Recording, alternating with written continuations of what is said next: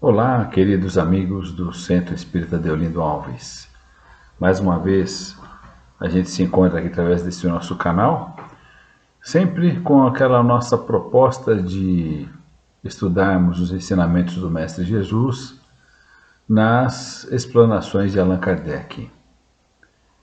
Primeiramente, vamos agradecer ao plano espiritual, que certamente nos acompanha, nos intui, nos auxilia nessas tarefas que temos, que nos propomos a executar.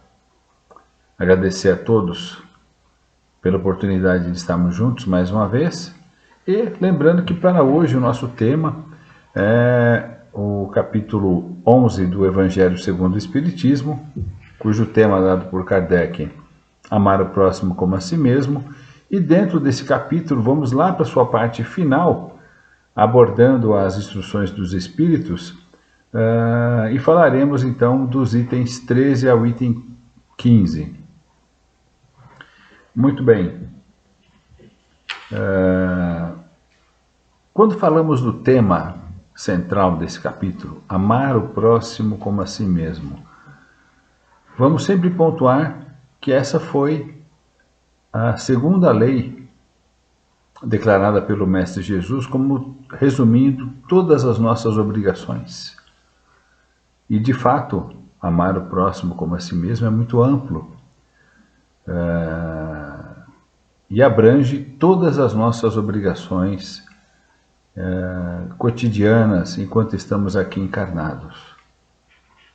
No item 13, é uma comunicação de um espírito protetor e o tema dessa comunicação é a fé e a caridade.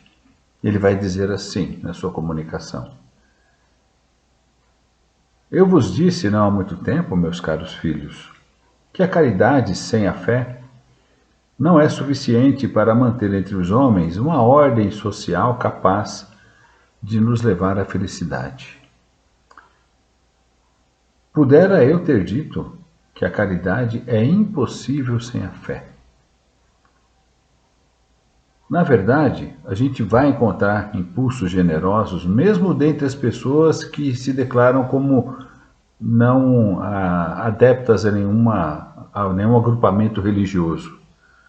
Eu diria até que entre as pessoas que se dizem que são ateus, que não acreditam em Deus. Mesmo nesse grupamento de pessoas, podemos encontrar os germens da caridade, né? Aquele ímpeto de fazer o bem pelo bem. Esse é o sentido da verdadeira caridade. Porém, essa caridade que exige de nós um sacrifício do nosso egoísmo, do nosso orgulho, da nossa vaidade, ele é melhor forjado pela fé, né? E é a fé que nos inspira, então, a essa prática da caridade e nos inspira a carregarmos a nossa cruz com perseverança. E carregarmos a nossa cruz não quer dizer necessariamente suportarmos as nossas provas e atribulações. É compreendermos a razão pela qual passamos por provas, aflições e expiações.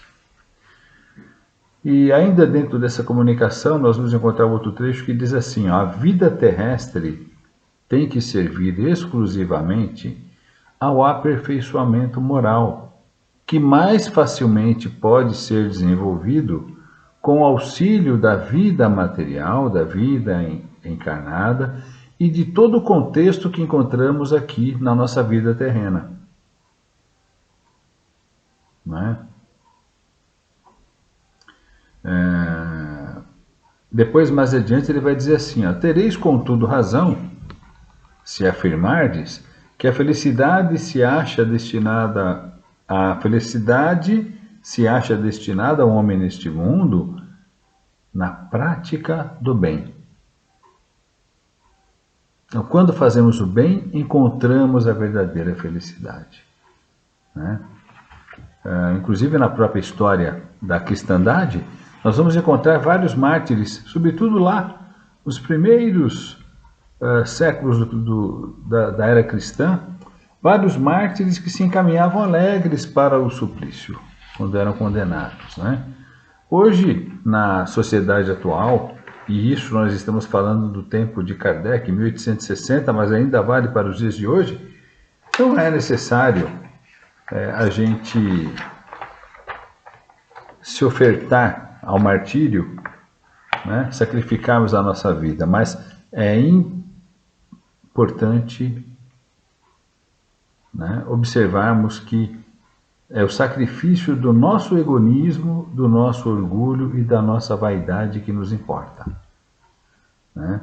Se a caridade, a prática da caridade, estiver calcada, baseada, fortalecida pelo sacrifício do nosso egoísmo, do nosso orgulho, da nossa vaidade, aí estamos no caminho que nos conduz de fato a cumprirmos aquele mandamento do Mestre: amar o próximo como a nós mesmos.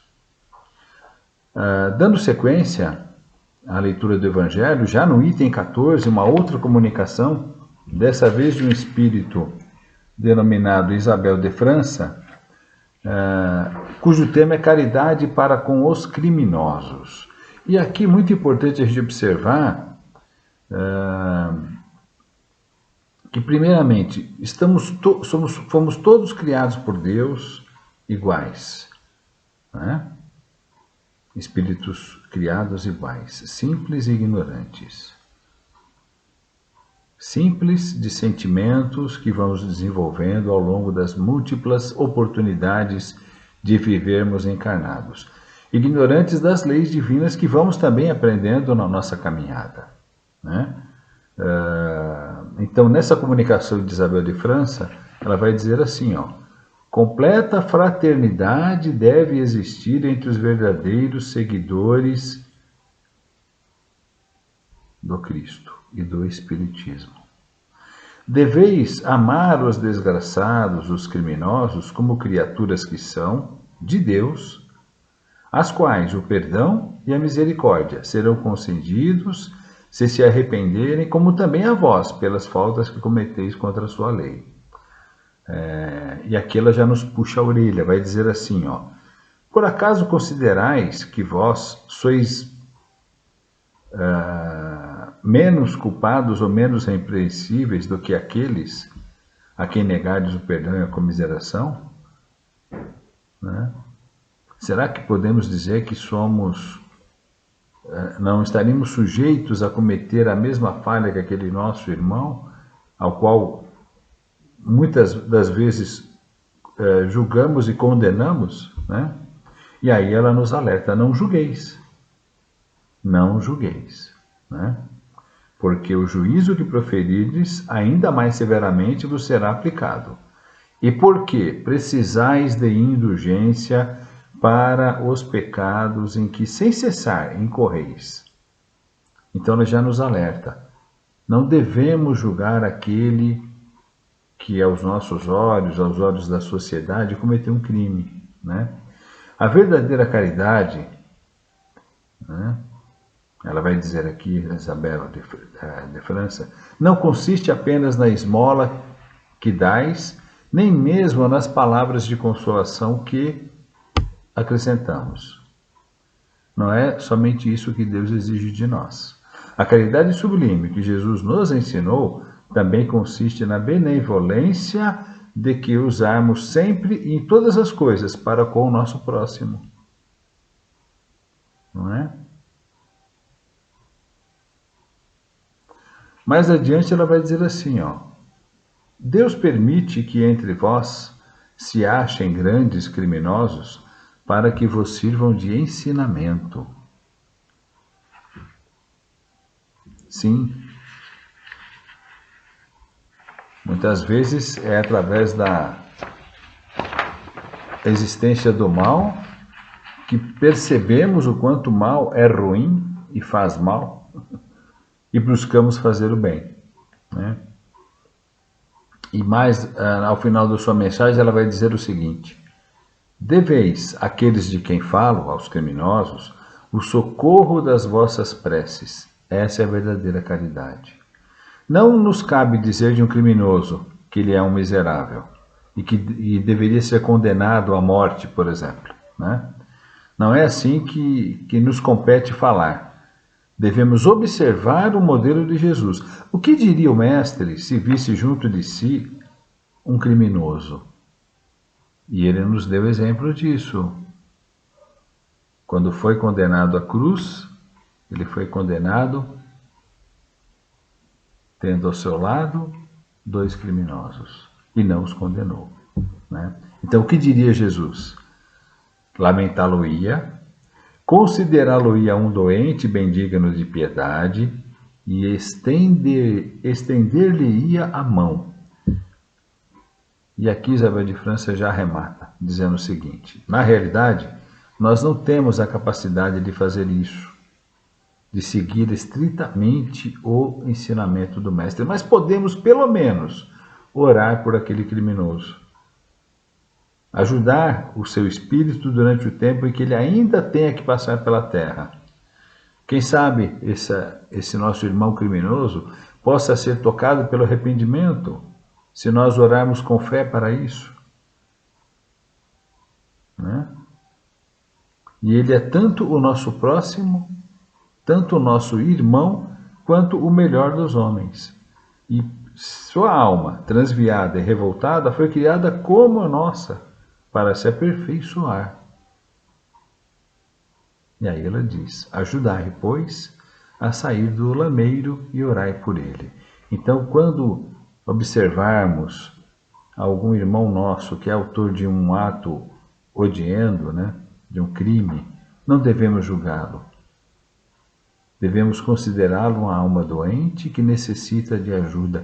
E Jesus veio justamente para aqueles que precisavam de ajuda, para os doentes do corpo e da alma. Então, não julgar e nem condenar, porque muitas vezes nós já condenamos, né? Nós nem julgamos, nós condenamos direto, né? Já emitimos uma sentença. Então, não julgar nem condenar, ter misericórdia, adotar a indulgência que também necessitamos para as nossas falhas e orar por esse irmão, para que ele possa ser socorrido e amparado e possa modificar a sua atitude, reconhecer o erro que cometeu e se modificar daqui para frente, que na verdade é a missão de todos nós, né?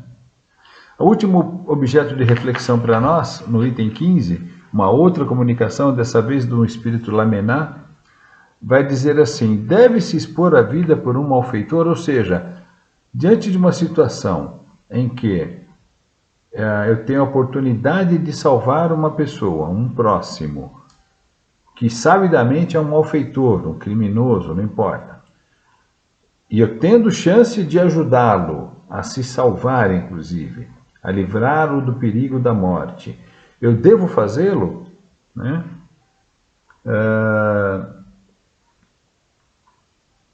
E aqui eu já vou direto na resposta, né? Objetiva e direta dada por esse espírito. A gente não deve ficar pensando se a gente deve fazer ou não. Toda vez que nós tivermos a oportunidade de fazer o bem, façamos, sem olhar a quem. E esse espírito vai dizer assim: socorrei-o, porquanto, salvando-o, obedeceis essa voz do coração que vos diz: pode salvá-lo? Salva-o. Então, todas as vezes que estivermos diante da oportunidade de fazermos o bem, devemos fazê-lo. É isso, né, que representa a verdadeira caridade. Todas as vezes que tivermos oportunidade de fazermos o bem, façamos o bem. Não deixemos as oportunidades da prática do bem escaparem pelos nossos dedos. Não deixemos as oportunidades de fazermos o bem presos nessa dúvida, né? Devo fazer ou não? Devo salvar uma pessoa que é um conhecido malfeitor ou não? É um irmão nosso. Como disse Isabel de França, É uma alma que foi criada exatamente como a nossa e que está na mesma trajetória de aperfeiçoamento e evolução. Talvez errando ainda em algumas lições que a gente acha que a gente não erraria, mas qual de nós pode dizer que num rompante de raiva ou diante de um perigo iminente não possamos nós sermos os autores de um ato odiento também? Será que podemos afirmar isso categoricamente? Pois é. Então, diante de situações que possam causar algum tipo de escândalo, diante de algum irmão nosso que possa incorrer em erro, e erro grave, não nos cabe julgar, muito menos condenar. E quando acharmos que não podemos nada fazer, está aqui a resposta dada pelo Espírito Isabel de França. Orai por ele. Peça que os anjos guardiões venham em socorro àquele irmão que está perdido ainda, né? Vamos lembrar sempre que Jesus veio para aqueles que dele precisavam. E ele, quando esteve entre nós, deu exemplo disso. Deu exemplo disso, né? E foi muito severamente criticado porque adotou essa postura de ir ao encontro daqueles que mais precisavam dele, os criminosos, as prostitutas, os leprosos, os doentes de toda sorte, inclusive os doentes da alma, aqueles que viviam uma vida egoística, uma vida de vaidades, uma vida de orgulho, mas que se arrependeram em algum momento e buscaram seguir o Mestre. Temos um exemplo desses aí, que é o Zaqueu, né? Quem quiser ver a história de Zaqueu perceberá que ele era rico, né? À custa de explorar seus irmãos. Tocado pelo Mestre e refletindo sobre uma vida vazia que ele vivia, ele se transformou. Mas não se transformou da noite para o dia, a gente sabe disso, né? Mas aquele momento de encontro com o Mestre foi o momento da sua, vamos dizer assim, do seu renascimento, né? Do seu despertar. Então vejam, fica aqui para nós essa reflexão, né?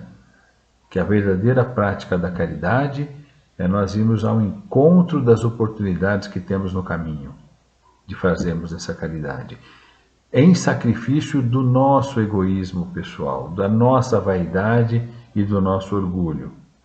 E se encontrarmos alguém em erro, não julguemos. Se pudermos orar por aquele irmão, façamos. Se pudermos ajudar, melhor ainda, né?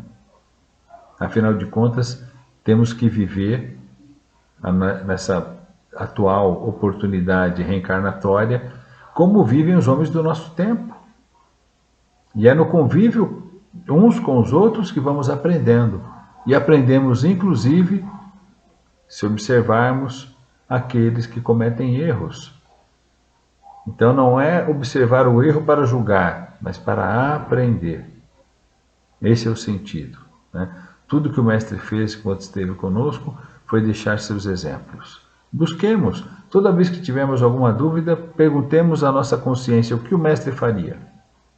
E ali estará a resposta daquilo que devemos fazer. E ele nunca nos condenou, sempre nos aceitou como somos, falhos, né? Imperfeitos, mas sempre nos aceitou e acreditou nas nossas potencialidades. E é isso que devemos fazer uns para com os outros. E assim, então, meus amigos, encerramos essa nossa explanação da noite de hoje, desejando que todos estejam bem, todos estejam aquecidos nessa semana fria que se abateu sobre nós, todos estejam protegidos, amparados, reforçados na sua fé e nessa nossa caminhada evolutiva. Muito obrigado a todos, uma boa noite e aquela nossa despedida no Namastê.